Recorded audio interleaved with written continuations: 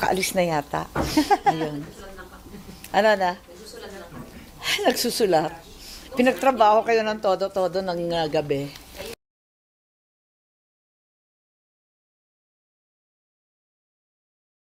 Before the year ends, let's have our kapihan sa Senado. And our guest for today is the chairman of 5 committees: Foreign Relations, Electoral Reforms and People's Participation, Cooperatives, Social Justice, Welfare and Rural Development, and Committee on Urban Planning, Housing and Resettlement. Let us all welcome Senator Amy Marcos. Hi ma'am, magandang hapon. Yes. Magandang hapon po.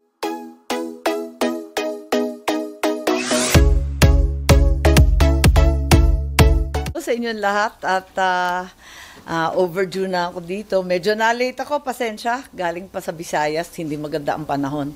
At namigay pa tayo ng kung ano-anong mga CLOA, yung mga titulo ng Agrarian Reform Beneficiaries. Dahil bill ko yun, kaya't yun nga, talagang pinagpipilitan ko ipaliwanag sa kanila kung gaano kahalaga. Alam naman nila, tagal-tagal nilang inantay So, thank you very much sa inyong lahat. Nag-privilege speech ako. Minabuti ko na mag-intay hanggang maipon ko yung mga dokumento, mga datos at alamin at aralin ng maigi lahat ng nilalaman ng ating BICAM report. Subalit, sa kasamaang palad, wala naman akong napala. At nag-absent na lang po ako sa signing kasi hindi ko nga maintindihan ang sistema, yung proseso. Parang hindi naman naibigay sa amin ng maaga. Wala kaming pagkakataon mag-aral at walang karapatan pumirma ng blanco at kulang-kulang na dokumento. Dahil dito, tuloy-tuloy yung ratifikasyon. Nakita ko lang yung kopya, tapos na daw, signing na nung hapon. At sa kabila ng pakikisuyo namin ni Senator Bato at yung iba pang senador na magkaroon ng transparency kahit live streaming pa, bakit hindi? Hindi naman kami napagbigyan. At ang pinakamalala, nung nabuklat sa wakas yung kakaprasong mga dokumento tungkol sa BICAM report, mas lalong malala at nagulat na lang kami sa mga linalaman. Yun. At kagabi, mahaba-haba, hindi ako madalas nag-privilege speech. Alam naman ninyo, ito lang yung ikalawa kong privilege speech sa 6 na taon. Hindi ako mahilig mag-privilege speech. Kaya lang, ang problema, matagal na akong budget nerd, matagal na akong nakatutok sa budget. Ipagtatapat ko yung edad ko. Noong 1983 sa Batasang Pambansa, nag-aaral kami ng budget kay Minister of State Ditas Teodoro at si Jimmy Laya pa noon, line item lahat. Pagkatapos noon, 1998, ako yung Vice Chairman for the Opposition for 3 terms sa Kongreso, 1998 hanggang 2007. 2016 hanggang 2020, ako na ang Vice Chair din sa budget natin sa finance. Kaya medyo mabigat ito sa aking mahabang karanasan sa pagsusuri ng budget. This is talaga naman a very, very bad budget. Talagang ito ay labag sa konstitusyon, labag sa ilang batas, at labag sa damdamin at pangangailangan ng tao. So, kinakailangan at humihingi nga ako na i-recommit na lamang sa BICAM. Alam ko na ang announcement kanina talagang hindi raw maaari ibalik sa BICAM. Nais ko lang ipaliwanag na pwedeng ibalik sa BICAM. Kung maalala ninyo yung Anti-Agricultural Economic Sabotage Act na approved on 3rd reading 11 December 2023. Katagal-tagal. Tapos, napirmahan lang 30 September 2024. Pabalik-balik yan, nakailang BICAM yan, nakailang pabalik-balik sa ating mga mambabatas. Yung mas malala, yung ito lang, yung Magna Carta for Seafarers, kung nahirapan si Senator Villar noon sa kanyang agricultural sabotage, si Senator Tulfo, talaga naman pinagtiyagaan. Ang Magna Carta for Seafarers, kasama ko sa BICAM niyan, yung initial schedule for signing, napunta na kami sa Malacanang, andun na lahat ng stakeholders, nakaupo na, in effect, ceremonial na lamang yung February 26, 2024. The actual date of signing was September 23, 2024. So nakita natin, ang haba nun, di ba? 7 buwan bago matapos. Di ko naman sinasabi na 7 buwan para gawin yung bagong budget kasi andyan naman yung NEP, iilan lang naman ang mga provision na talagang controversial, pwede na natin pagsimulan. Tulad nga ng sinabi kahapon, talagang pwede naman tayo magtrabaho ng Pasko. Wala namang halos Pasko at bakasyon ang ating mahihirap. Wala naman silang biyahe. Di mag-taste din tayong konti. Pero ma'am, kung hindi i-recommit sa BICAM, kung hindi babalik sa BICAM, kung yun na maging desisyon ng Malacanang, kaya naman sa executive level na i-address yung mga controversial provision ng budget? Ako'y nangangamba at kinakabahan na baka naman hindi tama ang payo sa aking kapatid. Alam po ninyo, technically, I think the President is absolutely right that in fact, once the bill has been endorsed to him and it's already on his table, all he can do is to veto line by line the budget. However, the reality is that time and again, as mentioned under the Anti-Agricultural Economic Sabotage Act, as well as the Magna Carta for seafarers, time and again it has occurred that the executive has enjoined the legislature to take a second look at their BICAM report when it is unacceptable, perhaps unimplementable, or otherwise requires further study. Pwede naman pakiusapan yan. Maliwanag naman yan eh. At saka, ang hirap kasi sa veto, mauuwi sa zero. Magiging zero. Kung ano man line item na veto, wala naman pupuntahan yan kundi zero. Naka-zero na nga yung PhilHealth, ine-negative 74 billion pa ba? Asang zero na yan. Tapos yung mga 4Ps, nasa 50 billion na tinanggal, isisiro pa ba natin yung buong 116 billion? Yan ang problema natin. Very limited yung veto power. At ang duda, nagkakaroon tuloy ng malisya at pangamba ang mga tao. Unang-una, mauuwi yan sa 2019 budget. At kung maglilimos tayo para makakuha ng MAIP, dahil yun nga, yung PhilHealth, wala na. Kahit miyembro ka ng PhilHealth na may karapatan na kumuha ng doktor, magkagamot, pumunta sa ospital, may karapatan ka doon, di ba, kapag PhilHealth member ka. Ngayon, at ang PhilHealth, konting-konti na lamang yung wala na. Zero na nga yung operating expenses niya.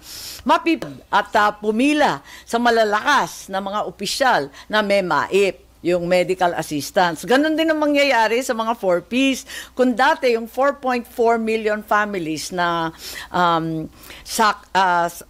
saklaw ng 4Ps program, merong inaabangan at inaasahan kada buwan. Ngayon, talagang pipila ka na naman at parang hihingi ka na naman, luluhod ka na naman sa malalakas para humingi ng akap. Parang gano'n na lang ang nangyayari. Gano'n din siguro kapag veto, malamang mauuwi nga katulad ng nabanggit ko sa FLR for later release. Tapos pupunta ka sa DBM, sa DPWH, lalakarin kung sino malakas, yun ang okay. Kaya nananawagan ako kay Executive Secretary Bersamin. Alam naman natin na technically, legally, perhaps literally, the only power remaining with the President with regard to a budget is simply a veto. A line item veto. However, Executive Secretary Bersamin has on more than one occasion already urged the restoration of the budget of a law to the BICAM committee. Paulit-ulit na nakita na natin yan. Kasi ako'y kinakabahan. Mas alam ito ni Secretary Bersamin, ano? Article 14, Section 5 ng ating Konstitusyon, the state shall assign the highest budgetary priority to education. Education talaga napakaliwanag. Ang haba pa, ensure that teaching will attract and retain its rightful share, etc. Ang liwanag ng utos ng ating konstitusyon. Bakit nasa 900 billion lang yan, samantalang yung DPWH, nasa 1.1 plus trillion. Nakakakaba Kaya nananawagan ako, mas kabisado niya yung ating konstitusyon. Wag naman ninyo ipahamak yung aking kapatid. wag naman ninyo ipapasok at pipilitin na pirmahan yung alanganin. Ako rin ay nakikisuyo sa DBM na wag tayo mauwi sa sistema ng FLR, yung mahiwagang for later release, na talagang palakasan at lahat ay lumuluhod sa DBM at sa mga bossing ng DBM para makakuha ng project. Pati naman yung mga project na binanggit at inaasahan ng taong bayan sa SONA, parang nawala na kasi isa na lang yung linya sa BICAM report, yung tinatawag na various infrastructure projects. Pag tinatanong mo, sasabihin nila, VIP kasi yan, VIP. Anong VIP? Nagkakaduda tuloy lahat. Anong VIP yan? Sino siya? Various infrastructure project, very important persons, very important party list. Sino talaga ang nasa likod ng VIP ng DPWH 1.1 trillion na tumataginting sa budget natin? Ma'am, dun sa inyong privilege speech kahapon, sabi nyo, sa pakiwari nyo, may nangyaring himala pagdating sa BICAM. Part ho kayo ng BICAM panel. Sa tingin nyo, sino ang involved? Sino ang nagkaroon ng kapabayaan? Bakit nakalusot? Yung sa tingin nyo yung mga himala na nangyari dyan sa 2025 Hindi budget? ko alam kasi BICAM panel nga kami, pero nag-picture taking lang kami. Alam naman ninyo yung sistema. Ako'y humingi ng tulong. Talaga umpisa pa lang, sinabi ko na.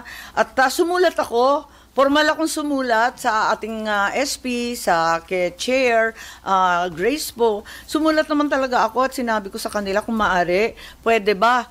At tinanggap nila yung sulat ika-5 ng Nobyembre na nakikiusap ako, gawing klaro ang BICAM conference, gawing publiko para magkaroon ng diskusyon, malaman ng lahat. Hindi ko naman sinasabi na line by line, yung malalaki man lang, yung bilyon-bilyon. Wag naman yung nagugalanta na lang kaming lahat at biglang yung hawak mong subcommittee na pinagtyagaan mo na i-debate, i-hearing, ilang beses nakikisuyo ka. Nako, ilang beses kami nagmi-meeting, formal meeting, 2 beses kami nag-hearing sa subcommittee ng DSWD, baka tapos ilang meeting na informal, sangkatutak na tawag, sandamakmak na papel. Abay, wala nang banggit ng akap. Biglang sumulpot na naman sa BICAM. Saan galing yun? Wala sa prioridad ng Pangulo. Wala rin naman dun sa Congress version. Wala rin sa Senate Committee. Bakit biglang umapir yan sa BICAM? Nagulat naman ako at nalulungkot ako kasi kumbaga dinedma lang yung sulat. Dinedma rin si Senator Bato na sinabi niya, pwede ba? Wag tayong magmumukhang tanga. Pwede bang pag-usapan muna para mabasa namin at least. Nung November 28 yun. Tapos nung December 11, yung ikalawa at huling meeting ng BICAM, sabi nila, magpipirmahan na. Sabi ko, asan report na mabasa man lang? Sabi nila, wala pa eh. Ganon. Ayoko na, natakot na ako. Dalam-dala na ako sa ganyang usapin. Gusto kong makisama, pero kung blanco at kulang-kulang ang dokumento, paano ka naman pipirma? Takot mo lang. So, hindi na ako sumipot ng December 11, sa madaling sabi. At sa wakas, nung mga bandang 6:00 ng hapon na yun, napadala yung email sa opisina ko. At doon, nakita ko na nakapirma na yung ilan. Pero nakausap ko yung ibang senador, diskumpiyado sila kasi yung napirmahan nila, yung front page lang. Yung iba talaga, hindi sila happy. Kasi nung nakita nila yung ibang pahina, ano to? Ano to? Ba't ganito? Pati sila nagkagulatan. Pero binilang na yon as 16. Hindi na pwedeng bawiin. Hindi na daw pwedeng bawiin kahit page 1 lang sa 100 plus ang pinirmahan dapat. So, Ma'am, si Senator... Kasi yung... sa rules kasi ng House, talagang klarong-klaro na every page ka pipirma. Dito sa atin, wala namang klarong rules, pero nakaugalian na, tradisyon na at custom. So, Ma'am, si Senator Grace po, as Chairman ng Committee on Finance, ang inyong inasahan, pinaglaban sana yung Senate version pagdating sa BICAM?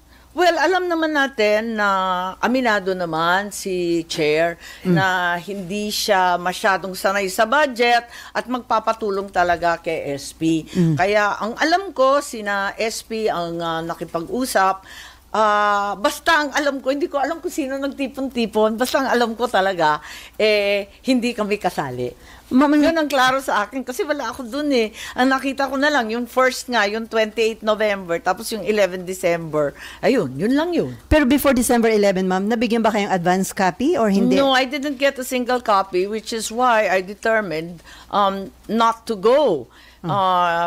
Fearing that So, I would sinadya be niyong wag compelled to sign dahil nasa publiko ka na, kahiyaan na, makisama ka, pipilitin ka pumirma, nakakahiya naman yung ganun. So ma'am, kung para sa inyo ang best remedy, ibalik sa BICAM, direkta nyo na po ba nakausap si PBBM para... Hindi. Oo, kaya nga, sinasabi ko nga, sana payuhan na lang. Kasi technically, tama naman na hindi na pwedeng ibalik sa BICAM kung nasa desk na niya. Pero alam natin ang katotohanan. Ang nangyari dun sa Seafarers Act, nakakatuwa nakaupo na kami lahat sa Malacanang. Ceremonial na lang, picture taking kumbaga, tapos na. Biglang February 26 ng Lunes, ando na kami, alas 9 pa lang, initial schedule ng signing for Magna Carta amendments. Abay, matindi yata ang lobby tungkol sa escrow account at may mga shipping groups na umaalma sa napakaraming requirement daw. Isipin nyo, 7 buwan bago natapos at nakipagbunuan ulit September 23. So, ibig ko sabihin, it can be done. It can be done. If we are determined to make a change in the budget, it can be done. The Anti-Agricultural Economic Sabotage Act suffered the same fate. I know that Senator Villar had a long purgatory of waiting, constantly renegotiating, and meeting with the BICAM, with the congressman, and with the executive to finally come out from 11 December 2023 to 30 September 2024. Halos ang taon yun tagal Ma'am, do you have plan to personally talk to PBBM para sabihin niyo yung mga... Well, alam ko naman, kilala ko naman ng kapatid ko, ang instinct niyan, wag makialam. Ayaw niya nang hihimasok, nang gugulo. Pero para sa akin, wag naman pinapahamak yung aking kapatid. Palibasa mabait, hindi naman ibig sabihin kinakailangan samantalahin. Kaya kay ES na ako nananawagan, kay DBM Amina sa ating Public Works, DBM lalo, kapag nauwi tayo sa FLR ng FLR, medyo masagwa na talagang tignan. Election year, next year, ginawa na nating AKAP, ginawa na natin MAIP, yung PhilHealth, AKAP, yung 4-piece, ginawa na nating for later release lahat ng Public Works at nawala bigla lahat ng flagship program. Puro sa palakasan ang dating. Hindi naman maganda yon kasi talagang eleksyon na. So, para sa akin, isang problema yung proseso. Kasi nga, nagkagulatan na naman. Ikalawa, yung problema, yung pera, hindi napunta sa inaayon, hindi napunta sa utos ng ating konstitusyon at sa batas. Pero ikatlo, para sa akin, kung inagaw yung pera ng nararapat, abay, inagaw din ang dignidad at ang dangal ng Pilipino. Kasi sa bawat sandali, luluhod ka pipila ka, magmamalimos ka para lang kumuha ng tulong. Hindi naman tama yung ganun.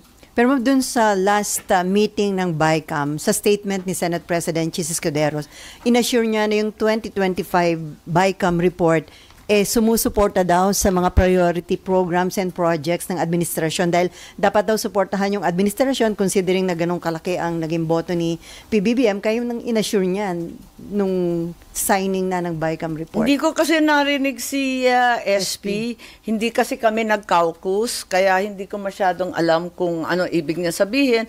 Ang akin lang, yung statement din kanina ni Pangulo, tama naman yung sinasabi niya. Wala naman dun sa NEP. Wala naman dun sa Congress version. Sabi niya, tama, totoo, exactly what happened to me. At saka, nagulat na lang dun sa BICAM, di i-veto daw niya. Tama naman yun, sa palagay ko.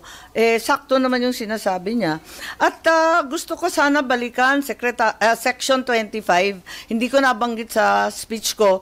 Article 6, ang haba na tinititigan na ako ng maigi ng mga bossing namin kagagabi. Pero yung Section 25, tungkol sa budget yan, sa Constitution, ang liwaliwanag, the Congress may not increase the appropriations recommended by the President. Walang increase, pwede magbawas. So, bakit iba-iba yung nagawa?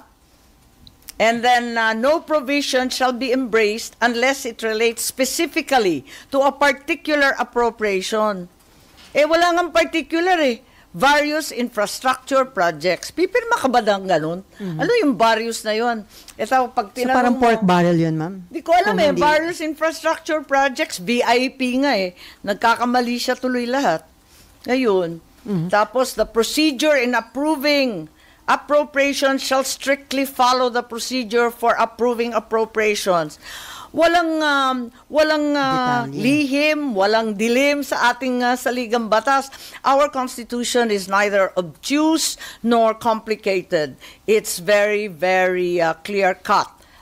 It instructs us exactly what to do, and it's very, very clear that there appear to be violations. So, may basis kung sakaling may kumwestiyon sa Korte Suprema sa ilang provision ng 2025 budget, ma'am. Sana wag na tayo mauwi doon. Sa totoo lang, yung kinautasan naman, wala namang pangkuha ng abogado, wala namang lobby.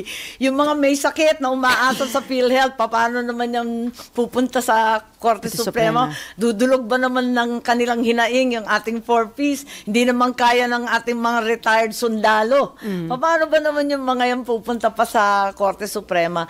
Gawan na lang natin ng paraan. Kaya sana yung DBM, Secretary Amina, please, wag naman FLR naman ang uwian natin. At saka yung ating Secretary Bersamin, ibalik na lang natin yung pakiusapan na nangyari dati nung hindi katanggap-tanggap yung ilang batas nung nakaraang taon. Ma'am, doon sa 2024 budget, disappointed ka rin, na-surprise ka rin dahil may mga insertion pagdating sa BICAM, di ba? May mga isiningit itong AKAP, yung pondo sa PI, sa COMELEC. So, kung ikukumpara dito sa 2025 budget, mas matindi, sabi nga, very bad budget itong 20. Very bad mas budget matindi ba? talaga. Mas masama ba? Mas worst ba itong 2025 budget kumpara sa 2024? Well, ito yung binabanggit ko. Natatakot ako sa utos ng saligang batas. Yun ang maliwanag. Doon naman, talagang gulatan nga doon. Pero ito yung violation of the Constitution, nakakatakot. Section 25, Article 14, parang ang dami na nito. Ang daming kaduda-duda, kakanervyos. Tapos yung mga batas, yung PhilHealth law, very clear naman yan na talagang may bahagi dyan para sa operational cost. Hindi ko maintindihan yung sinasabi nung Mr. Ledesma tungkol sa 150 excess fund na naman. May excess fund na nung 90 billion, may 150 na naman. Ano kaya yun? Hindi ko nga maintindihan hanggang ngayon, hindi pa nga sila nakakaipon ng required actuarial 2 years expenses. Diba? Para magkaroon sila ng reserve investment fund. Kasi insurance yan dapat may ipon. Kasi kung sabay-sabay mag-claim, mauubos. Kaya kailangan laging reserve fund. Ang reserve fund, hindi ginagalaw talaga dapat. As a matter of fact, kulang pa nga yung ipon nila So, okay, before may ang PhilHealth po kasi ngayon may statement na kahit zero subsidy, kaya daw nilang i-improve, palawakin yung mga health services na ibibigay nila next year.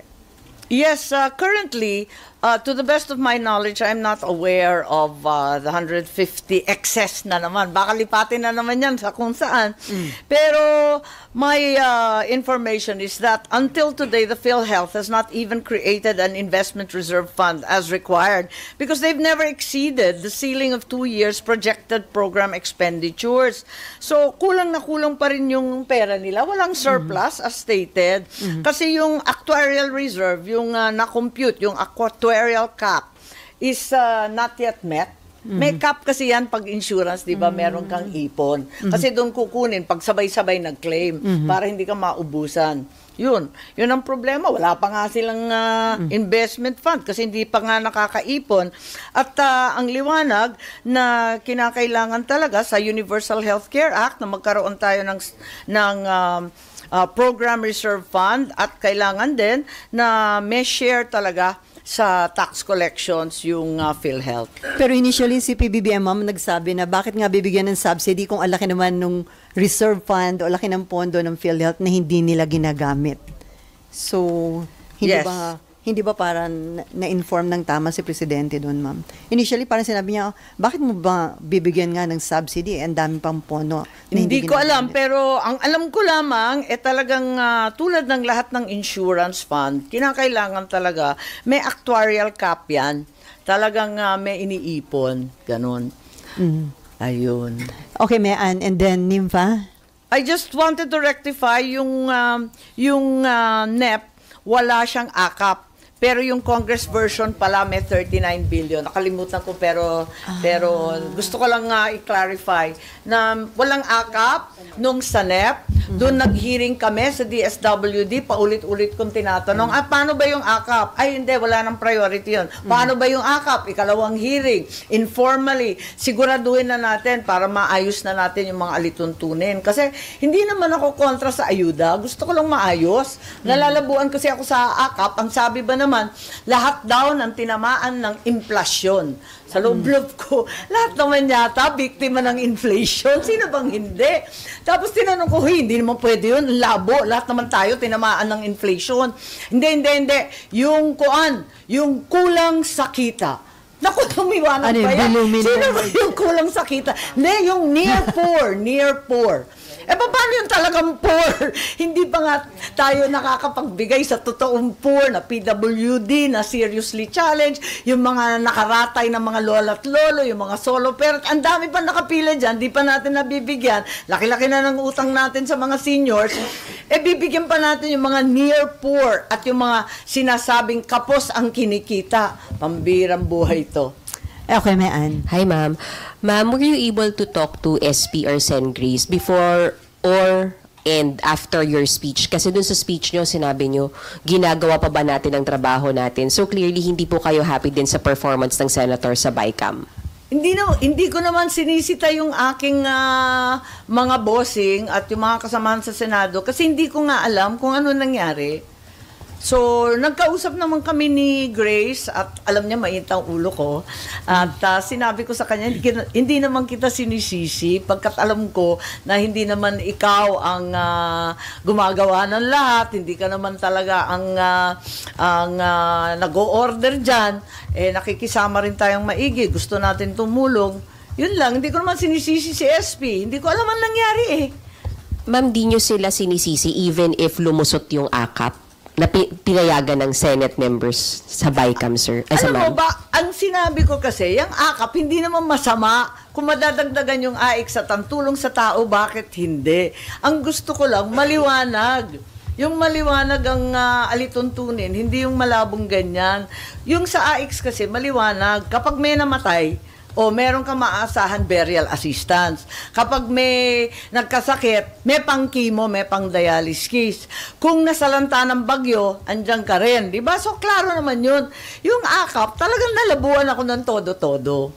Pero ma'am, yung akap kasi parang may powers yata yung senators or congressmen to refer sino yung beneficiaries po. Okay. Yun pa ang isang nakakanervyos dahil ang klaro-klaro, nadali na yung ilang senador dyan sa Belgica versus Ochoa. Ang liwanag naman, kapag tapos na yung budget, walang sino mang mambabatas na makikialam sa implementasyon ng mga budget na linagay niya. Hindi naman po pwede yun. Labag na naman yan sa utos ng Korte Suprema na katumbas ng batas. So, ang daming problema nito, hindi ito malulutas sa simpleng panglaline veto. Okay, Nympha. Pero ma'am, since ang desisyon na nga po ng Presidente hindi na ibabalik sa BICAM, so magla-line veto na lang, would you ask or are you asking the President to veto that specific provision, ma'am, sa AKAP? Hindi ko alam, pero may nabanggit siya kanina. So, tignan natin. Hindi ko pa alam kasi yun nga, ang hirap-hirap magsalita kapag yung hawak mo na papeles hindi kumpleto. Ang nakita ko lang yung AKAP kasi yun yung datos na binigay sa akin tungkol sa DSWD. Tanggal 50 billion sa 4-piece, tapos biglang lumitaw yung AKAP na ano yan, may partihan daw. Ang sabi, there's already an agreement with the Senate as to the 21 billion and the 5 billion. Medyo naasiwa yata ako doon. Anong partihan yan at anong areglo yan? Bawal yan Kulong nga aabutin natin yan So you're hoping na isa yon sa line item dito ni Presidente, ma'am, yung AKAP? Hindi ko alam Meron ba talagang AKAP? Talagang labong-labo talaga ako dito. Nakalagay po kasi sa AKAP is 26 billion pesos. That's right, 26. Tapos may 21 plus hatian 5. daw Yes, ang ma'am. pagkasabi. And ano ma'am, effectively kinonfirm naman ni Senator Grace Poe na 21 billion Yeah, for the and congressman, 5 5 billion for the senators. So, ano yung dapat gawin dito, ma'am? Like, veto or... Ang pinaka-importante sa lahat ng programa, una, isaayos yung mga alituntunin. Para sa akin, yung mga hatian na yan at partehan, naku talaga naman na nakakahiya naman yan at bawal talaga yan. Wag na yun. Lumihis na tayo doon. Ang gawin natin, balikan natin yung programa, tignan kung talagang makakatulong sa tao. Ang rekomendasyon ko nga doon, ipagkaisa na sa AIX, kasi yung AIX, alam na natin, itong AKAP, ang labo-labo. So ma'am, kung hindi ma-address ng executive yung mga questionable... Sorry? Pinag-usapan lang po namin ni Mayan, parang, can the president do that? Kasi ma'am, he can only, maiisama lang ma'am yung AKAP sa AIX kung babaykam ulit. I'm in complete agreement with you. Kaya nga sinasabi ko, hindi sapat ang line item veto. Kasi malalim at matindi ang mga problema ng very bad budget na ito. Pag line item veto pa lamang, masasagot ba ang mga issues tungkol sa konstitusyon, sa paglalabag sa Korte Suprema, sa tutol sa iba't ibang batas, at higit sa lahat sa pangangailangan ng sambayanan? Talagang hindi kaya sa line item veto. Ang daming problema talaga malalim at masalimuot. So kung hindi babalik sa BICAM, talagang nanganganib, ma'am, na may question sa Korte Suprema? Hindi ko alam, pero ayoko nang umabot sa ganon. We all want to go ahead and work. Para sa akin, kung ibalik naman ito sa BICAM, hindi naman na ganon katindi o ganon kasama ang delay. Kasi may pagsisimulan yung budget ng Pangulo in the first place, yung NEP. Konting respeto naman sa NEP at sa flagship project. Yun, balikan natin yun. Pagkatapos, palagay ko, yung controversial items, yun lang naman ang tututukan. Hindi naman lahat. You don't start from zero Meron ka namang NEP na National Expenditures Program derived from the President. And clearly, that will be the basis.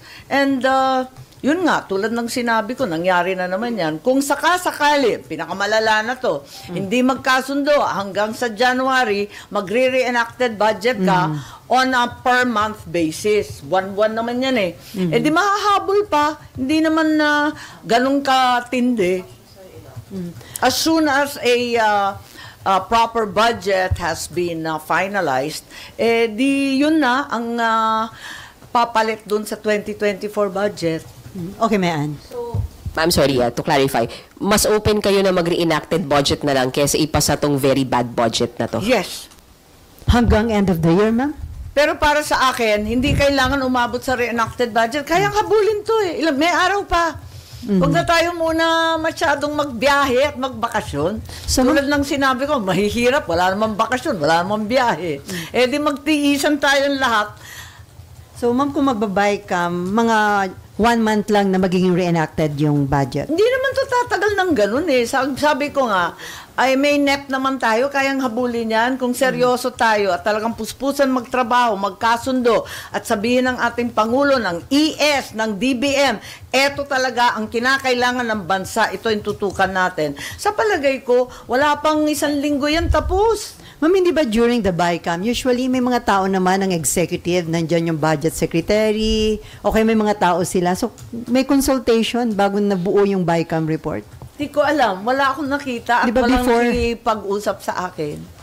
Pero before, di ba, usually may representative ang executive sa BICAM. I don't remember seeing too many of them. Most of the people I saw were the staff, the LBRMO, the APRO group from Congress. So, But like I said, I was utterly and completely dismayed by the process, and I only went to one BICAM. In fact, there were only 2 BICAMs, and it lasted all of what? Ilang minuto lang yun. Sabi ni SP Cheese, wala naman daw talagang perfect budget. Kaya, Wala talaga. Pero, first time ko, sa hinaba-haba, kinuwento ko na nga yung buong kasaysayan ko sa budget na nag-umpisa ng 1983. Nahihiya na nga ako eh. Maaga pa dyan, earlier pa, kasi nag-umpisa ako ng Kabataan Barangay, nung SK ako. Parati akong nanlilimos ng budget. Kaya parati akong dikit sa budget. Sa tinagal-tagal ko, diyan sa budget, as administration, as opposition vice chairman, alam ko talaga na very bad budget talaga to. May himala talaga, nakakaiba. Yung mga dati, talaga naman may mali naman talaga eh. Alam natin yun, wala nga perfect budget. Pero wag naman unconstitutional, illegal, immoral. so si Senate President Cheese Escudero is a lawyer. Hindi niyo nakita kaya yun, ma'am? Yung mga sa tingin nyo ay illegal and constitutional doon sa Hindi pa kami hindi kami nag-uusap eh. Wala kasi masyadong caucus. Kaya napilitan ako nag-privilege speech. Sabi ko nga, this is only the second time na tumayo ako ng privilege sa hinaba-haba ng panahon. 6 years na ako rito. This is the second time. Yung first time, agrarian reform. Yung second time, ito, kasi ayoko mapahamak ang aking kapatid. Okay, Ma'am, nung nag-privilege speech kayo, walang nag-react, walang nag-explain. What do you make of that? No, what happened was I was told that I was not going to have any interpellation. sino Pinagbawal yung interpellation. Sabi ko, sige, mag-privilege speech ka, pero wala nang tanong-tanong. But you were hoping then kahit papaano na may explanation from Senator Poe, Senate President Cheese. Okay lang, dinedma ako, pero nasabi ko naman yung dapat. Ma'am, do you think yung lumabas na although fake news naman daw na planong kudita sa leadership ni SP Cheese? Ay naman, It- yan it- na naman. it Ako na has- naman ang sisisihin. Ma'am, do you think it has something to do with the budget, ma'am? But yung timing, Ko alam. Kasi nauna yun eh. Nauna yun, di ba? bago Naglilikom daw ako ng pirma. Allergic ako sa pirma, di ba? Nadaanan ko na Pasko last year, yun na naman. Tapos nung bumalik tayo ng session, ayan na naman, yung panlilin lang ng pirma-pirma na yan. Ay ma'am, ba't nga dun sa fake news na yun, kayo ang pinalabas na nangangalap ng pirma? Ano kayo ang pinalabas na nagsusulisit ng signatures? Ewan ko, baka naman galing sa kung saan yung mga balitang yan. Ako wala akong alam. Marites ako eh. Parati akong updated sa mga galaw dyan. Pero wala akong narinig at wala talagang alam. Kung may alam ako, di binalita ko na sa inyo. Nakakatamad na. Patapos na kami. Di ba? Okay, O, Nipa. isa na lang, ma'am, yung sa budget ng DPWH na naging 1.1 trillion pesos from 8 to 5 na dagdagan ng 288. Ma'am, sino dapat mag-explain? Kasi nakalagay nga, sabi nyo nga po, nakalagay lang various infrastructure projects. Nakakatawa eh, di ba? Walang detalye, walang nag-explain. So, sinong dapat na tumayo at mag-explain talaga? Hindi ko na nga alam eh. Sabi ko nga sa inyo, hindi ko maintindihan itong proseso. Lahat lihim, lahat madilim, lahat malabo. Hindi ko nga alam kung sinong gumawa ng ano eh. Apakalabo talaga. Dati, ang sinasabi may 3 houses kapag budget. Yung lower house, yung upper house, yung BICAM. Ngayon, alin ba? Alin ba dun sa 3? Parang ang gulo eh. At saka dyan sa DPWH, 2 linalabag niya na. Una, mas nalampasan pa ng DPWH yung edukasyon. Ikalawa, the Congress may not increase the appropriations recommended by the President. Di ba obvious na lampas-lampas dun sa sinabi ng Pangulo? So, mamang mga hindi maliwanag kung bakit nadagdagan o nabawasan, sino ang may initiative, yung DPWH and Pantawid Pamilyang Pilipino Program, ano? Yung 50B. Yung 50B, oo. Hindi rin po klaro sa inyo bakit may tapyas. Yun Yun nga, as a general rule, as a matter of fact, it's in our rules. It's very clear in the rules of the Senate na meron dapat explanation. At nasama ko yata yan sa aking PowerPoint. Usually, may explanation yan. O, papaltan natin to dahil mas mahalaga ito, dahil kulang na kulang ang pera rito. Maliwanag siya. Ngayon, ang explanation, dadagdagan ng comma, tutuldukan ng I. Anong klaseng explanation yun? Na hindi binanggit yung pagbabago. So, kanino look out, ma'am, yung bad budget? Sorry? Yeah. Kaninong lookout yun, ma'am? Yung bad budget? Who's to be blamed? Well, right now, like I said, I'm in a state of confusion and rather abject ignorance as to who is really responsible for all this. Dahil even if I am officially a member of the BICAM, a vice chair of the Finance Committee, the truth is we were not consulted on these drastic changes made in the budget for 2025. Nagulat nga ako dahil andun nga nakita natin yung sa ating rules ng Senate, maliwanag din na kailangan may explanatory kung bakit nagbago-bago. Pero ganun talaga Pero yung nga, ma'am, yung kawalan ng consultation, kanino dapat call yan, di ba? As kay Finance Committee Chairman, sana na-consult muna kayo? Wala sa ugali kong nagtuturo pero ang akin na lamang, iwasto na lang natin moving forward. Ayan na, nabulagta na tayo riyan. Moving forward na lang, let's try and rectify.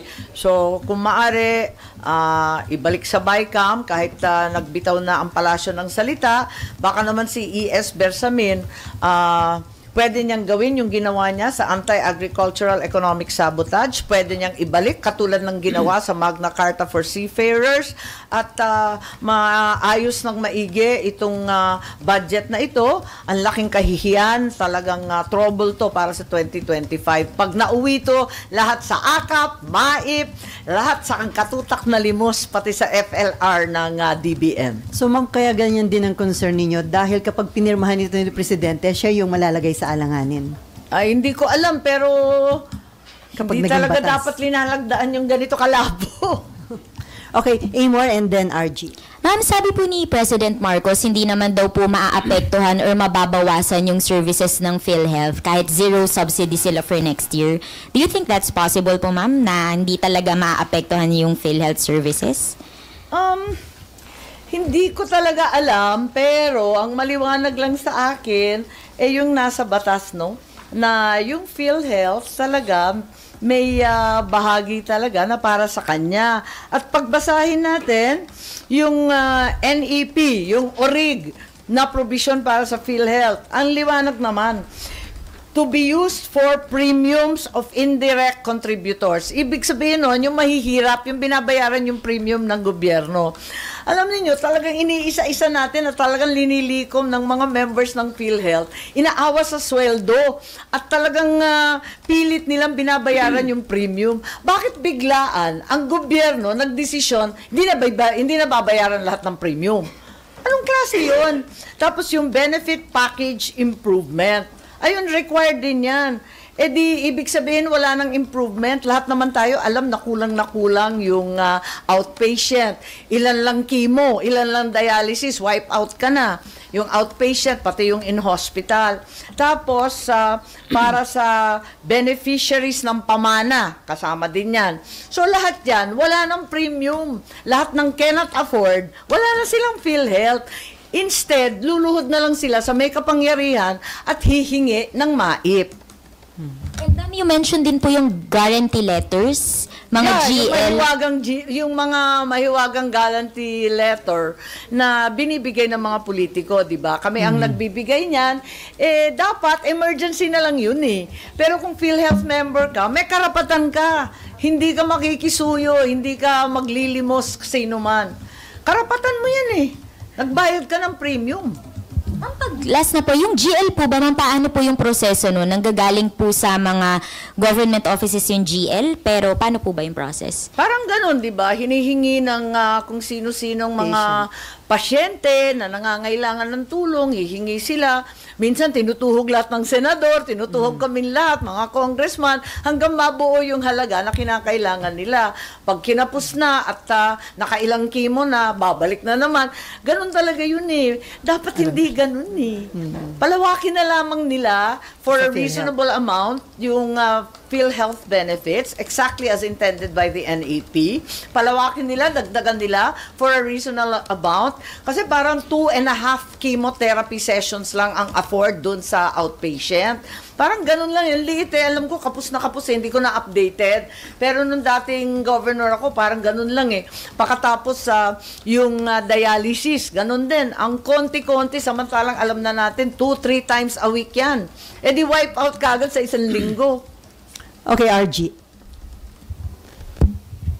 This is a different topic, but if you don't have to answer, if you don't want to answer, I've been asked to ask you this question. How do you feel about Sagutin ka na. How do you feel about yung naging dating pahayag ni Vice President Sara Duterte about the exhumation of the remains of your father and what she intended to do that at that time nung nagsalita siya? Balita pa ba yan? Panis na yan? Wala na akong may dadagdag. Ma'am, dun sa third impeachment complaint against BP Sara na na-file today. Meron nga eh, di ba? Saktong-sakto.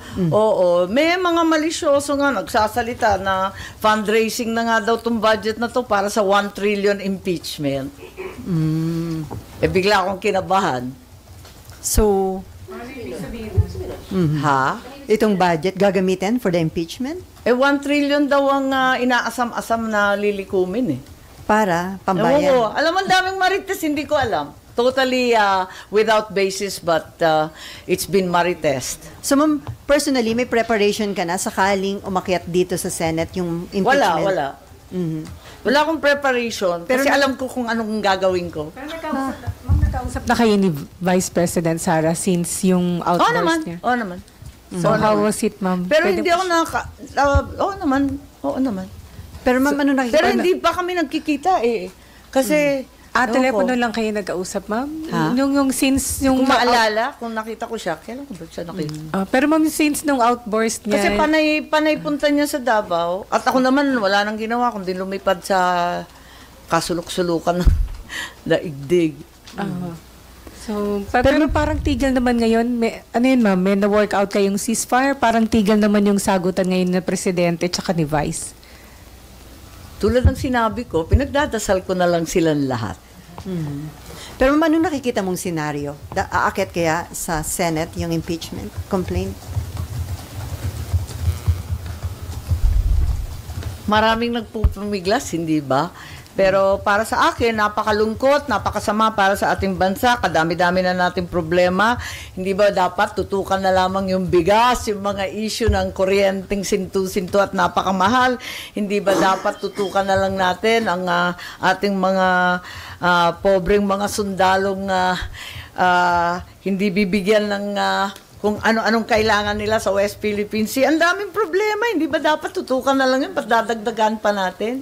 Ma'am, ito nga yung Fitch rating, ang sabi nila, a prolonged and fierce Marcos Duterte feud could cause fiscal and economic risks. Tama, for nabasa the ko rin yan Philippines. na talagang hindi siya maganda sa ekonomiya. Siyempre, iiwas yung mga nag-i-invest, lokal man o dayuhan, dahil walang kasiguraduhan eh. Di siyempre, kinakabahan sila mag-expand, kinakabahan sila mag-invest. Sayang eh, parang inggit na inggit ako sa Malaysia. Bilyon-bilyon na ang linagay ng Google, ng Intel, ganun din yung Thailand. Bakit tayo nahuhuli? Vietnam, parang laki-laki na ng foreign investment nila. Although, sinasabi, may pumapasok rin dito, pero yun nga, napakalalaki ng mga IT investment sa kanila. Ang ganda eh. Pero ma'am, before marami nagsasabi na pwedeng may mahalagang role kang gampanan dahil close ka kay BP Sara and then kapatid ka ng Pangulo. May mga appeal na mag-intervene ka para ma-address yung, at ma-prevent yung matagal at matinding bangayan between the two highest leaders of the country. tulad ng sinabi ko, pinagdadasal ko na lang sila kasi marami yatang nambubuyo eh. So hanggang dasal na lang, ma'am, gagawin mo. May himala. Okay, Mayan. Ma'am, sorry, last on my part, babalik ako isa lang sa budget. Sir, ma'am, how can you be sure na pag binalik kunwari sa BICAM ay maaayos? Same members lang naman yung BICAM. So yung nagtutulak ng AKAP, andun din sila, ma'am. And Tama. for sure, di rin naman sila papayag na mawala yun po. I think for that reason, nabanggit na nga ni Pangulo na magla-line item veto siya kung ano man ang mangyari. Kaya parang dapat matauhan na yung mga nagtutulak ng AKAP. Sinabi na ng ating Pangulo wala yan sa NEP, wala yan sa dating budget. Bakit biglang sumulpot yan? Thank you po. Okay, from GMA7. Yes po, Darlene po. Darlene. Sen, first time ko kasi narinig yung sa 1 trillion na narinig nyo lang po. Follow up ko lang kung yung sinasabi Wala, ninyo na, chismisan lang yun, na mga narinig ninyo tungkol doon sa allegedly nirelease Hindi ko nga na alam 1 trillion kung ano para yung sa trillion, impeachment. ilang bang zero Nakapasok yun? yun sa budget? Sinasabi nila? Hindi naman ganun. Napaka-literal naman nun. So, paklarify lang po. Ano po ba yung mga... Hindi, biro lang yon. Chismis lang yon. Sige. Marites lang. Marites lang. From Abangan ang susunod na kabanata. from UNTV? Okay. Check. Ma'am, magandang hapon po. Reaction lang po. Isa sa nag-express po ng apprehension si former Secretary Roque, Harry Roque, na ito daw pong AKAP, another form of social services, would be used for the sake of political agenda. Kasi nga, gaya na nabanggitin nyo, malapit na po ang eleksyon through vote buying daw po. Marang yun yung tinitingnan. Alam mo, sa lahat ng may gusto sana nitong mga dole-outs, ng mga pagbibigay ng cash, itong mga alleged social protection, sa lahat ng may gusto niyan, ako Unang-una, re-electionist ako, di bongga sana. Ikalawa, nung umpisa niyan, pinaglaban ko yan nung umpisa, nung pinagdidiskusyonan yung Bayanihan 1 and 2, nung nagkaroon tayo ng COVID pandemic, ayaw na ayaw ng ating mga finance managers nung panahon na yon na magbibigay tayo ng cash. Alangan na alangan sila sa cash pero sa akin, nung panahon na yon, damandam ako, talagang hirap na hirap ang tao, walang hanap buhay, walang pagkain, talagang walang trabaho. Sabi ko, pwede ba magbigay na lang ng cash? At talagang tinutulak ko siya. Kaya lang, at kasabay nun, tinulak ko rin yung sa land reform, dun sa Bayanihan 2. Kaya, ako nga yung mga promotor ng ganyan Kaya gustong-gusto ko na may ayuda. Nagulat lang ako, nagkaganito. At yun nga, nagkakaroon, sa laki ng halaga, at sa kalabuan ng alituntunin, talagang hindi mo masisisi na nagkakaduda na pampolitika. Lalo't naririnig mo yung daing na napakarami na hindi ako nakatanggap, hindi ako malakas kay mayor, kay congressman, kay kapitan, kung sino. Ayun, mas lalo ka talaga magdududa. Okay, Nympha. Ma'am, parang past po, tama po ba? Past kagabi sa second reading yung babaguhin yung term ng mga barangay and SK officials? 4 years na lang instead of 6 years, ma'am. Yes, ang pinag-usapan, ako, yung binabatbat ko yung 6 years, pero may ilang senador na umaalman na napakahaba raw at gawin na lamang 4 years. Sabi ko naman, hindi ba dapat 5 years man lang pagkat yung actual average number of years served since 1982 is 5 years. Nag-umpisa kasi yan 6 years talaga. Tapos naging 5. Anyway, ayaw pumayag nung iba, sabi ko, sige na lang, para lang panatag ang kalooban ng lahat, including COMELEC, na ipapaubaya muna yung eleksyon at gagawing 2027, first Monday in October. So, 3-4-year terms ang pinag-usapan. Pero hindi ko alam kasi alam ko sa Kongreso talagang nananatili pa rin sila sa 6 na taon. And then, Past na sa second reading, ma'am, kagabi? Yes, I think so. so ma'am, kung 4 years and then ilang beses pwedeng mag-re-election? 3. 3 3 pa terms. rin. So, bale 12. Anyway, ma'am, pahabol lang. At Yun nga, at pinagdiskusyonan din namin yung sa SK. Kasi yung sa SK naman, controlled by their age, di ba? May limitasyon sila na edad sa 30, oo.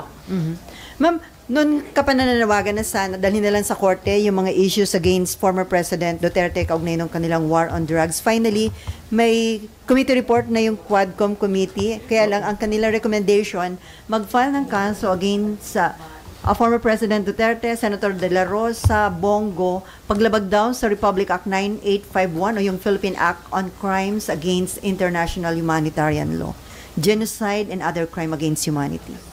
Anong tanong? I think karapatan ng mga committee sa Congress maglabas ng anumang committee report at mag-recommend ng pagpapile ng kaso. Ako, noong pa, gusto niyo dalhin sinasabi ko na talaga, dalhin na sa korte yan, sapat na yung ebidensya. Kung tingin ninyo, yung katibayan ay sapat, dalhin na sa korte yan sa lalong madaling panahon. Pagkat hindi naman nakakapag-convict, parusa, sentensya ang ating mga mambabatas, dilayan na natin. Dapat kung may dapat managot, pasagutin na kaagad. Bakit papatatagalin? Alam naman ninyo, tamad ako pumunta sa investigasyon, di ako napunta eh. Kung ibang mga hearing, matyaga ako dyan, kahit magdamagan tayo dyan. Pero yung investigasyon, kapag hindi klaro sa akin kung ano yung in aid of legislation, kung talagang papaltan ba nila yung yung sa police, yung sa PNP modernization, isasama ba yung ISA, yung mga yon, papaltan ba yon o papaltan ba yung pagsusuri at yung audit doon sa confidential funds, sa contingency, calamity funds, yung ba ang pakay? Kung hindi maliwanag sa akin, di ako mapunta kasi hindi ko alam kung anong gagawin ko doon. Okay, last two questions from JB ng IBC 13. Speaking of election, Bosen, sa Kamara po kasi lusot na yung pag-postpone sa BARM elections. Any reaction po on that? Di ko alam. Oo, nabalitaan ko nga, pero pinila nga rito ng ating Senate President, maraming nag-o-object, pero marami namang suportado. Maski yung mga grupo na dati-rati ay tinututulan yung BARM election. Naalala ko nung 18th Congress, sila yung galit na galit dyan. Pero ngayon, andyan na yung BTC, yung MI, MILF, lahat sila gustong-gusto na magkaroon ng eleksyon. Madalas ako sa Mindanao, sa totoo lang, at ang pakiramdam ko, gustong-gusto na ng ating mga kapatid na Muslim magkaroon ng karapatan bumoto at pumili ng kanilang sariling mga leader. Overdue na Kasi kumbaga, ikatlong postponement na to Hindi na tama. Parang patagal ng patagal Ba't naman natin pinag-iintay? So, ma'am, yung RAA after ng ratification ng Senate, transmitted pa rin sa Malacanang? Yes, pirmahan na. Ang problema, katulad nung sa Korean, hindi pa pala pasado sa Japan. Kasi ang gulo nila di ba nagkakaroon sila ng pagbabago ng Prime Minister and so on. So, tayo, tatapusin na natin kaagad-agad, wala namang issue. Ang susunod, kailangan sa Japan naman i-ratify rin para maging effective. So technically, wala pang benefits na may dudulot yung ratification ng Senate? Actually, even without the RAA, may benepisyo na tayo Kasi nagkaroon na ng donasyon sa Official Security Assistance, yung bago nilang financial service na nagbigay na sila ng mga radar at saka mga air surveillance equipment sa ating Air Force at tutulong rin sa Coast Guard. Yung iba binili natin at bumili rin tayo ng mga barko sa kanila. So we ordered another 12 boats. So I believe that all this maritime and air domain awareness will be very helpful to us. And the Japanese have a lot of technology to share, a lot of equipment that will be helpful given our state of affairs. Nalungkot nga ako, 15 billion. Ito naman, nauwi sa budget, 15 billion kinaltas sa Armed Forces Modernization. Sabi ko, tapang-tapangan, angas natin natin magsalita, wala palang pambili ng baril. Ano ba naman yun? Anong klase yan? Tapos, kung di ba naman malulo moral, tinanggal pa yung mga pensyon ng ating matatandang sundalo. Hindi naman yata tama yun. Paano ka naman lulusob dyan sa West Philippine Sea na walang dala kundi yung tapang mo? And then, okay? No more? On that note, thank you so much and Merry Christmas po, Naging Senator. out of place ka tuloy. Dahil sa tanong. Merry Christmas! Merry Christmas, sa ma'am! lahat.